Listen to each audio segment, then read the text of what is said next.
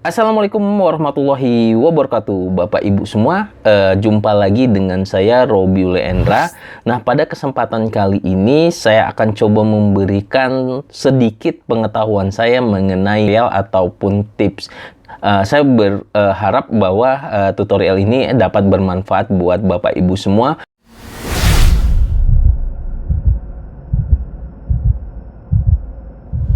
Baik, Bapak Ibu semua, seperti yang saya jelaskan di video awal tadi, saya akan menjelaskan terkait tutorial OJS Bapak Ibu. Tapi sebelum masuk ke pembahasan Open Journal System, saya ingin menjelaskan sedikit tentang web hosting Indonesia yang terbaik, yaitu dengan menggunakan Hostinger. Nah, Bapak Ibu semua, bagi pengolah jurnal tentunya Bapak Ibu membutuhkan hosting dan domain. Nah, salah satu tempat untuk menyewa web hosting saya rekomendasikan adalah Hostinger. Nah, Bapak Ibu semua, untuk memulai memesan atau mau menyewa atau melihat-lihat fiturnya, Bapak Ibu bisa akses link website ini ya, Bapak Ibu semua ya. Jadi websitenya ini dan ada di deskripsi video mengenai linknya. Nah, kemudian Bapak Ibu enter, akan tampil seperti ini, Bapak Ibu semua. Nah, Bapak Ibu bisa pilih paket sesuai dengan kemampuan dan kebutuhan Bapak Ibu semua. Tetapi saya sarankan kalau untuk OJS, Bapak Ibu bisa pilih yang bisnis ataupun agak-agak rendah sedikit yang premium. Nah, saya akan menjelaskan terkait membeli atau menyewa yang bisnis. Jadi Bapak Ibu bisa pilih paket di sini dengan keuntungan-keuntungan yang Bapak Ibu bisa baca ya di bawah sini ya. Semakin naik paketnya, semakin banyak keuntungannya. Nah, kemudian Bapak Ibu pilih paketnya. Nah, Bapak Ibu akan mendapat pilihan web hosting. Jadi kalau Bapak Ibu ingin mendapatkan promo atau diskon, Bapak Ibu minimal membeli durasi 12 bulan ataupun lebih tinggi. Nah, kemudian juga Bapak Ibu bisa masukkan kode kupon yang ada di deskripsi video, yaitu dengan mengetik Robi HST. Bapak Ibu akan mendapatkan kupon 10%. Nah, kemudian setelah itu Bapak Ibu lanjutkan, mengetik lanjutkan, Bapak Ibu bisa memasukkan email Bapak Ibu semua yang belum terregistrasi dengan Hostinger ya Bapak Ibu ya. Saya punya email, kemudian saya masukkan passwordnya. Nah, kemudian saya klik daftar. Kemudian akan tampil identitas alamat penagihan. Bapak Ibu bisa masukkan nama Bapak Ibu, kemudian negara domisili, kemudian masukkan nomor telepon, kemudian Bapak Ibu masukkan alamat Bapak Ibu, kota, kemudian kabupaten, kemudian kode pos. Kemudian Bapak Ibu bisa lanjutkan. Kemudian Bapak Ibu bisa lakukan pembayaran dengan banyak metode pembayaran, baik pembayaran instan dengan menggunakan kartu, atau PayPal, atau dengan BCA, KRIS, BNI, BRI, Mandiri, dan OVO. Nah, sebagai contoh saya menggunakan KRIS ya, Bapak Ibu. Klik KRIS-nya, kemudian buat tagihan pembayaran. Nah, Bapak Ibu sambil menunggu, kenapa kita harus menggunakan Hostinger? Nah, fungsi dan keunggulannya sangat banyak yang terkait dengan server atau data center yang ada di seluruh dunia, loading lebih cepat, fitur keamanan canggih, dan migrasi gratis. Nah, kemudian setelah Bapak Ibu mendapatkan hasilnya, Bapak Ibu bisa men-scan langsung kode kris-nya sampai dengan waktu yang ditentukan ya. Jadi biasanya itu sekitar 7 hari atau 1 minggu virtual account ataupun kodenya itu akan expired. Seperti itu ya Bapak Ibu. Nanti setelah Bapak Ibu melakukan pembayaran, Bapak Ibu akan mendapatkan email verifikasi dari Hostinger dan informasi-informasi yang lain. Langsung kita masuk ke pembahasan tentang tutorial OJS-nya Bapak Ibu. Nah, kali ini saya akan menjelaskan tutorial OJS terkait dengan instalasi OJS versi terbaru Bapak Ibu semua 3.5. Jadi saya cerita sedikit, di beberapa waktu yang lalu saya mendapatkan informasi dari teman-teman di grup jurnal bahwa sudah ada 3.5 versi OJS 3.4. Saya cek di websitenya PKP itu belum ada, masih 3.4, berarti OJS 3.5 ini mungkin masih beta atau masih dalam percobaan. Nah, saya ingin menjajal atau mencoba menginstal OJS 3.5, kemudian kita coba lihat secara umum fitur-fiturnya apa saja yang berubah. Itu ya Bapak Ibu ya. Nah, Bapak Ibu kalau pengen mencoba juga, di link deskripsi video saya sudah berikan OJS 3.5, Bapak Ibu tinggal download.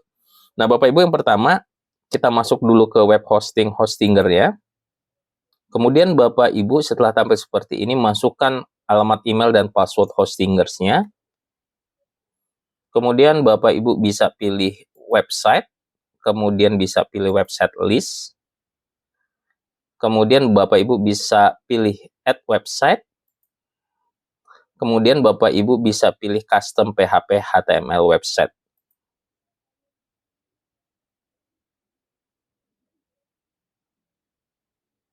Nah, Bapak Ibu kalau sudah ada domainnya, Bapak Ibu bisa langsung masukkan domain. Kalau nggak ada, use temporary domain saja. Nah, tunggu beberapa saat, hostinger itu akan menginisialisasiin terkait dengan tempat kita. Nah, ini dia, saya copy dulu linknya. Saya copy link. Sekali lagi Bapak Ibu, saya belum pernah mencoba OJS 3.5 ini Bapak Ibu, jadi mudah-mudahan tidak ada trouble dan berhasil ya Bapak Ibu semua. Nah, ini dia, kemudian kita pilih file manager Bapak Ibu.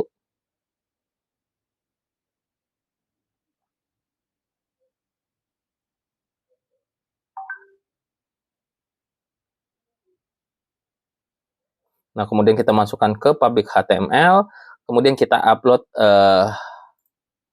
file OJS-nya. Nah, kemarin saya sudah mendownload Bapak Ibu semua yang versi 3.5. Jadi sekali lagi Bapak Ibu kalau mau upgrade atau yang lainnya dari OJS 3 atau dari OJS 2 ke OJS 3, Bapak Ibu harus backup dulu ya. Karena sekali lagi banyak yang harus kita setting atau sesuai dengan OJS versi kita, apakah kompatibel atau enggak. Itu yang saya sarankan buat Bapak Ibu semua. Nah, ini ukurannya filesnya itu sekitar 100 megabyte ya, 108 megabyte. Jadi kita tunggu beberapa saat Bapak Ibu untuk mengupload ke hostinger ya. Jadi kita coba lagi. Jadi sekali lagi sambil menunggu, saya jujur baru mencoba pertama kali, saya belum tahu nih kebutuhan dasar atau requirement dari PHP versionnya berapa. Saya belum tahu kebutuhan yang lainnya. Dan ini mungkin belum officially juga, masih tahap beta. Nah, kita ekstrak Bapak Ibu. Nah, kalau di hPanel ini kita buat folder aja. Ini optional aja Bapak Ibu ya, karena di hPanel ini dia harus diekstrak di dalam sebuah folder. Nah, nanti di dalam folder ini kita pilih semuanya Bapak Ibu. Kita select all. Oke, kita tekan, jangan sampai nanti ada yang tertinggal ya Bapak Ibu filesnya. Kemudian kita move saja. Kita move, kita pindahkan ke public HTML-nya. Kalau Bapak Ibu punya domain ya Bapak Ibu pindahkan ke domainnya atau subdomainnya. Nah, ini udah masuk ke public HTML Bapak Ibu ya. Oke, folder OJS 3-nya kita delete. Itu yang saya buat tadi standar. Nah, sekarang kita refresh Bapak Ibu. Apakah terbaca di temporary domain saya? Sepertinya terbaca. Nah, ini dia Bapak Ibu OJS version 3.5. Bapak Ibu bisa lihat di sini. Kemudian kita baca kebutuhannya Bapak Ibu. Butuhnya 8.2 PHP versionnya. Yang saya gunakan ini udah 8.228. Di video sebelumnya saya sudah jelaskan juga, berarti aman nih. Kemudian kita buat lagi administrasi akunnya seperti biasa untuk buat super adminnya.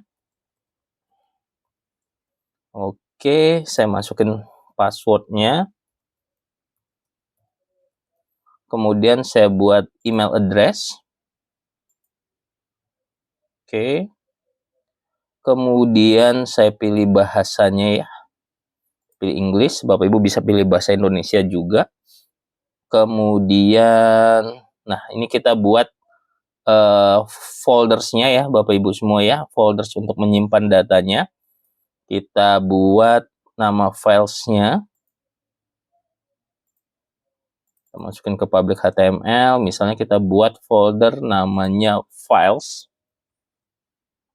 kita create. Oke, nah ini saya belum tahu nih jalurnya kemana, tapi saya coba dulu public HTML, saya tambahin di sini, saya slash files. Mudah-mudahan ini linknya sudah masuk gitu ya. Nah ini kan masuk ke subdomainnya, kemudian masuk public HTML, kemudian files. Oke, kemudian database drivernya kita pakai MySQL, kemudian hostnya, username-nya kita buat dulu database-nya di hPanel-nya.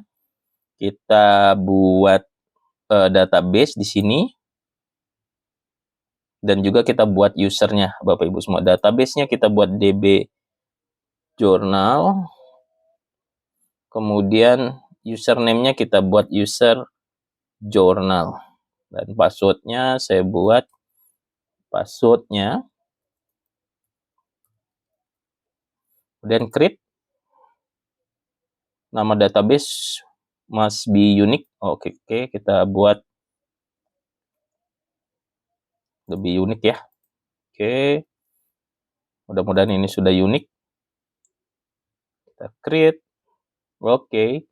Successfully. Nah, nanti akan muncul di list ini Bapak Ibu semua. Ini dia nama database kita. DB Journal 123, kita copy aja sampai dengan seri awalnya Bapak Ibu ya. Nama database-nya. Kemudian nama users-nya ini Bapak Ibu.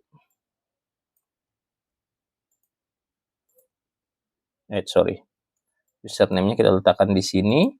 Password-nya kita masukin password yang sudah kita buat tadi Bapak Ibu ya.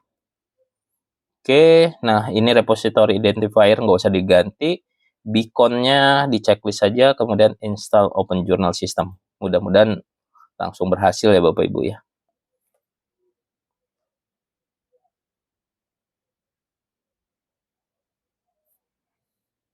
Oke, Bapak Ibu berhasil OJS has complete successfully. Nah, kita bisa login sekarang Bapak Ibu. Nah, mungkin tampilannya sama ya Bapak Ibu ya. Kita coba login dulu username atau emailsnya. Kita klik login. Nah, kita buat satu jurnal Bapak Ibu. Wow, ini dari awalnya sudah ada slider seperti ini Bapak Ibu. Oke, kita buat jurnal komputer misalnya. Ini sebagai contoh aja ya Bapak Ibu. Kemudian JK jurnal komputer. Prinsip name-nya kalau yang ada bintangnya Bapak Ibu wajib isi. Kemudian path-nya Gcom misalnya. Kemudian enable, save. Ini dari tampilan awalnya udah luar biasa ya, tapi kembali lagi nanti Bapak Ibu perhatikan juga server Bapak Ibu semua. Wow, nah ini dia Bapak Ibu tampilan terbarunya. Wow, tampilannya dashboardnya bentuknya seperti ini Bapak Ibu. Sangat berbeda sekali dengan OJS 3.4, 3.3 atau 3.2. Editor dashboardnya. Oke. Di sini ada isu. Oke, mirip tampilannya, setting. Oke. Tampilannya sangat berbeda Bapak Ibu. Mungkin nanti di video selanjutnya saya akan ulik lagi tampilannya atau menu-menunya di OJS 3.5. Mungkin itu saja, kita ketemu lagi di video-video lainnya. Assalamualaikum warahmatullahi wabarakatuh.